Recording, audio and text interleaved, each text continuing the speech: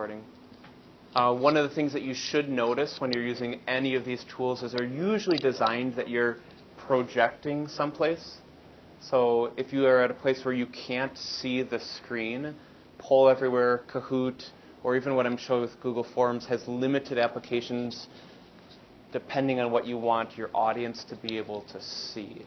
It's not that impressive if the only place it is on my computer, and then they're giving some feedback that not everybody can see. Like an exit ticket. Right. And I would probably use a different tool for an exit ticket than Poll Everywhere. The next tool I wanted to show is Kahoot. I know that some of you have seen this before. The basic idea, in my opinion, of what it does well is you are gamifying your classroom. And for some people, that's an evil thing. For me, I would say you're working with what you have. The purpose is, in my opinion, that you're engaging and you're involving.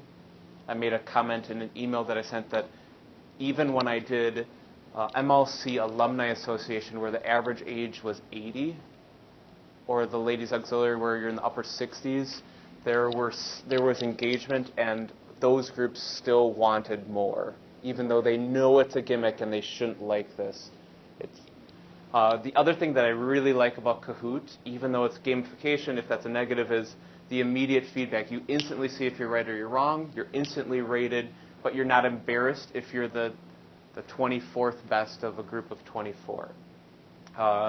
What I want to show you in the one that I've created is when you are having your students get into something like Kahoot, you could also have an introductory video playing while they're getting into the what's my name, what's the number to get into it. So the one that I'm going to demo, I have that built into it. You can decide whether or not you think that's distracting or useful. I think you could use that for good. You can pop videos into any of the questions. So you could have the video embedded into the question that you're creating. And then at the very end, I'll show you that students can give feedback on your Kahoot, which I don't find that valuable. But there are non-competitive options on what I would call a competitive website of Kahoot. Just like I showed with Poll Everywhere, you could just have general discussion and stuff like that. So here's the Kahoot the backdrop behind the scenes for Kahoot. When you're creating it yourself, you can Google this. It's getkahoot.com. I've created a bunch of them for various options. If I want to show what I've created, I can do that a little bit later. Let's just start off with all of you playing it. I don't really care what device you want to use, whether you want to use laptop, phone, or whatever. I want to show you what the intro video before this looks like. If you had not enough devices, you could do it in a team mode. I think that doesn't really mean much different than this, in my opinion, but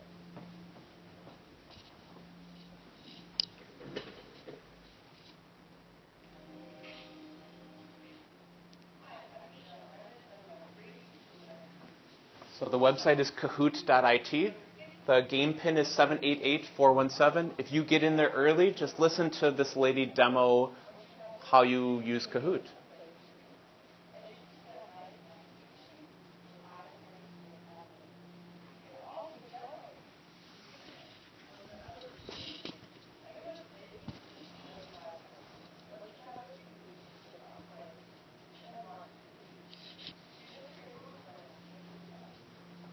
If you didn't see what was just on the bottom of the screen, if I don't like the name that you use, I can click on your name and kick you out. Like if you're going to be somebody that uses profanity, makes fun of somebody, or uses something in an inappropriate way, I just click on your name and I can boot you. So I know one of the concerns for some people is I don't have enough control over whatever it is that I'm looking for. Pensky, do you want to be in?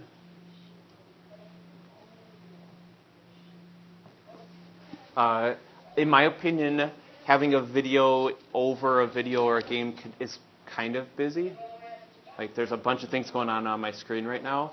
But what I have used this for is, if I'm using Kahoot to review for something, I've had this where this is like in a math classroom, something from Khan Academy or something that's reviewing an idea or something that I've created in the past.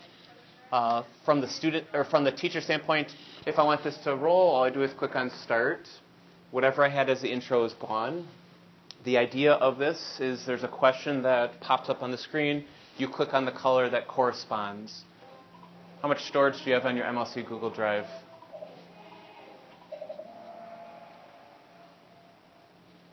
So for me, when I use Kahoot, it's a speaking point. So I'm not going to go into a lot of detail because this is all about Kahoot.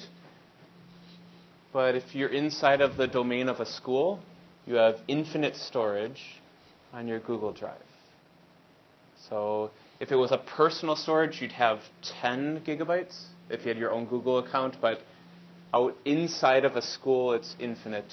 MLC or any school doesn't have a reason to kick you out of the domain either, because you can have an infinite number of users at infinite space. Question 2. So when there's only 3 people, you're all going to be embarrassed and exposed. But if I had 20 people here, the top 3 will only show. Let's keep going. What price are iPad apps if you're purchased in bulk for a classroom? What do you pay? Full price? Free? Half off? 25% off? What do you think?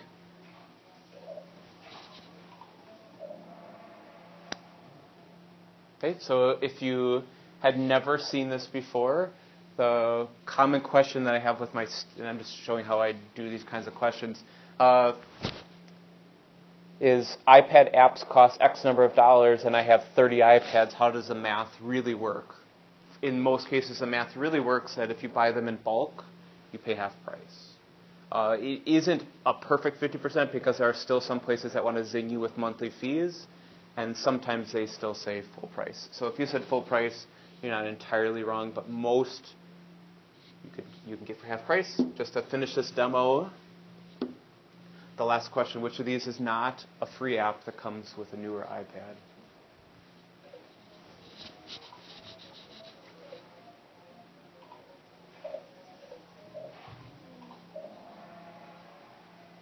These are 4 fairly big iPad apps. iMovie takes video and puts it together. It comes for free. Keynote is the Apple version of PowerPoint or Google Slides. It comes for free. GarageBand is a music compilation thing.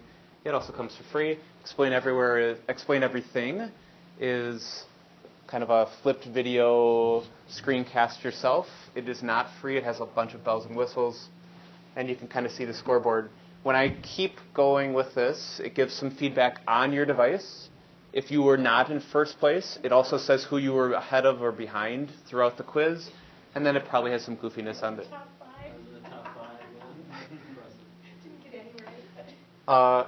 I can take something like this and take the results and export it, but honestly, it's not usually worth my time for Kahoot. It's to engage them and have discussion. On your screen right now, you have the ability to go thumbs up, thumbs down, happy face, whatever it might be. Realistically, I think that's biased answers based off of how you usually did on the quiz.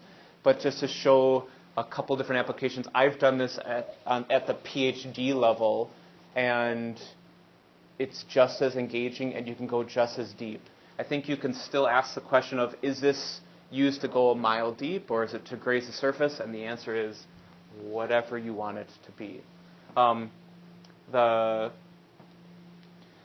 The website behind it is Kahoot.com, but you probably need to go to Get Kahoot. I'm just going to show you from my standpoint up here.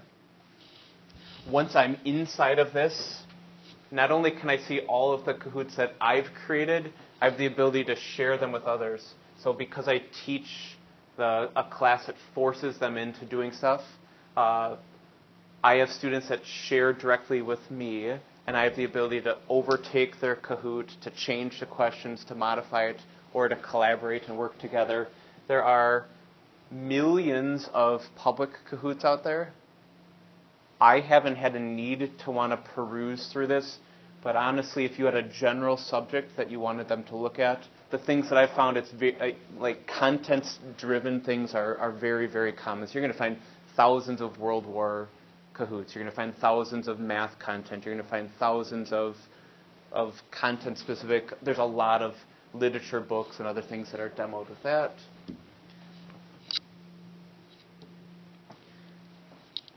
But the thing that I wanted also to show you as my last piece is Google Forms.